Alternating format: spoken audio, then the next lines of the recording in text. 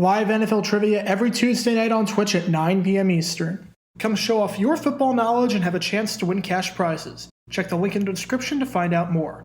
And now, on with our feature presentation. The 1973 New York Giants were an absolutely dysfunctional team. Everything about the Giants that year was a disaster, including but not limited to the team finishing 2-11-1 and having the worst record in the NFC, Hunter Tom Blanchard almost being forced to go into a game at quarterback, and the team moving stadiums midway through the season, as the Giants started the year off at Yankee Stadium before moving to the Yale Bowl in Connecticut while Yankee Stadium was undergoing renovations. As awful as the Giants were that season, and trust me, they were awful, and it might have been the worst season in franchise history, there was one incident in particular that truly highlighted how much of a chaotic mess the Giants were that year. Picture this. You're upset about your lack of playing time, so you call it quits. You retire and you leave the team out of frustration, hanging it up for good. And then a few days later, you're named the starter, as if nothing had ever happened.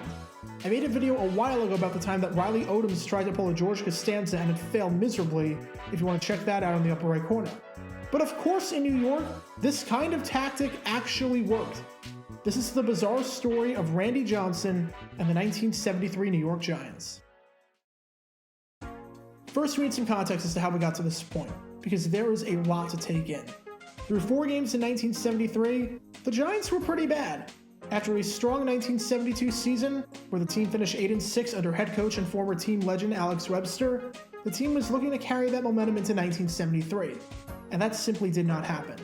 Things started off well as they blew out the Houston Oilers in the first week by a final score of 34-14. However, through 4 weeks, that was the only game they won. They tied the Eagles, lost to the Browns, and then followed that up with a loss to the Packers. Through 4 games, the Giants were sitting at 1-2-1. The season was already starting to get away from them. And a big reason why they were struggling was their offense. In Week 3 against the Browns, the team put up just 10 points and could only muster up 8 first downs. And in Week 4 against the Packers, the Giants only put up 14 points and turned the ball over 4 times. At least at this point, their defense was fine, but their offense was killing them. Norm Snead, who made the Pro Bowl with the Giants in 1972, fell off of a cliff to start this season off. He had 9 interceptions through the first 4 games, including a disastrous game against Cleveland, where he threw 3 picks, had just 82 yards, completed less than 48% of his passes, and had a 37.5 passer rating, which is worse than if you did nothing but spike the ball into the ground on every single play. One man was fed up with this, and his name was Randy Johnson. The former Falcons quarterback was acquired by the team in 1971, serving as the backup to Franz Harkington in 1971 and then Snead in 1972. And Johnson was fed up. He wasn't playing, and Snead wasn't doing anything well.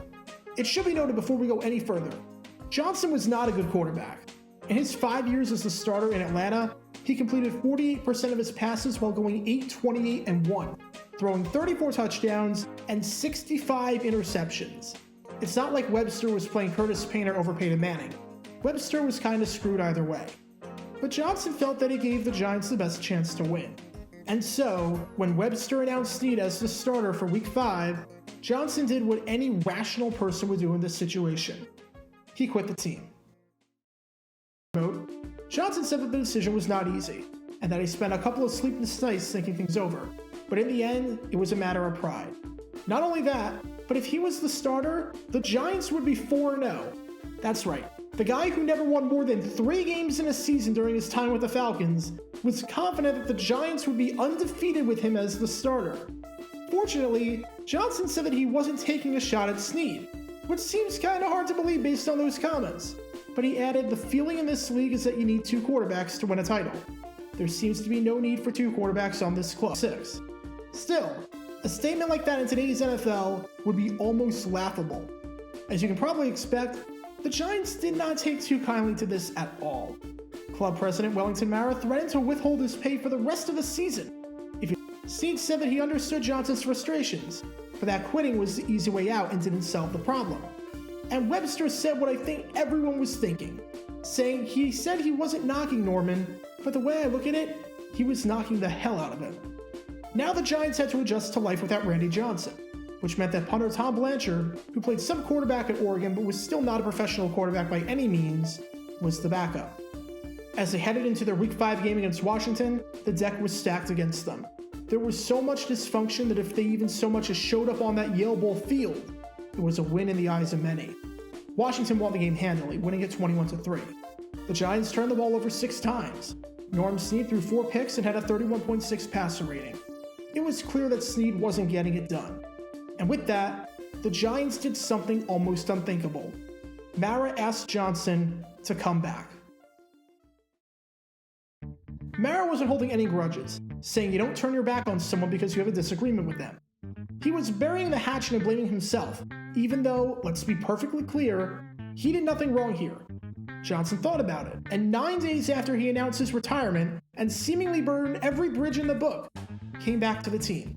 Johnson was even shocked that the team welcomed him back with open arms, saying, "I've got to say I was pleasantly surprised at how much interest the Giants showed in wanting me to return, especially the other players." He even got a welcome back sign when he returned. And amazingly enough, Johnson still did not think he did anything wrong, saying, "Like I told the players, I'm not going to apologize for anything because I did what I thought was right." Yeah, I'm sure everyone loved that.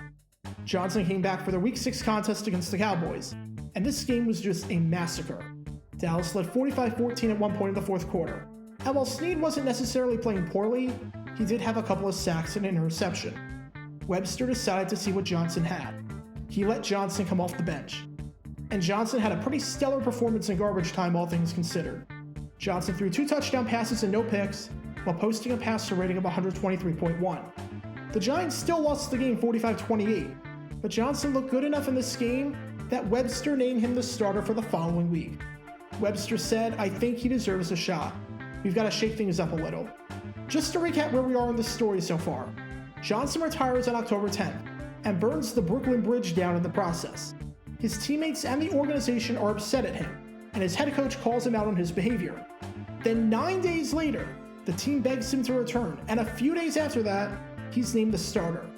This is a level of dysfunction that is almost unfathomable. But now, this was Johnson's team. He had a chance to prove the coaching staff wrong, and show that he was the guy that should have been playing all along. As you can probably tell, that's not what happened at all. In his 7 games as a starter, the team went 1-6. It definitely wasn't 4-0 like he thought he was going to be. During those 6 starts, he threw 4 touchdowns and 8 interceptions. Among the lowlights include a game against the Cowboys where he threw 4 picks and was sacked 5 times, and an unbelievable game against the Raiders, where in a 42-0 loss, he went 2 for 12, completing less than 17% of his passes, threw for 15 yards, had no touchdowns and 2 picks, and a passer rating of 0.0. Do you realize how hard it is for a starting quarterback to have a passer rating of 0.0? It's pretty hard.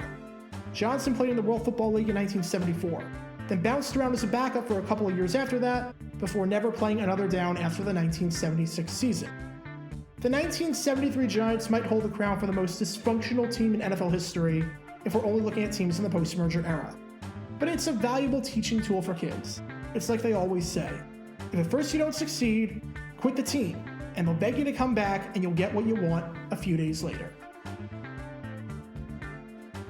Be sure to like this video, ring the notification bell, and subscribe down below if you haven't already, as it helps the channel out a lot. And be sure to check out Twitch every Tuesday night at 9 p.m. Eastern for your chance to play NFL trivia and win cash prizes. Link in the description below.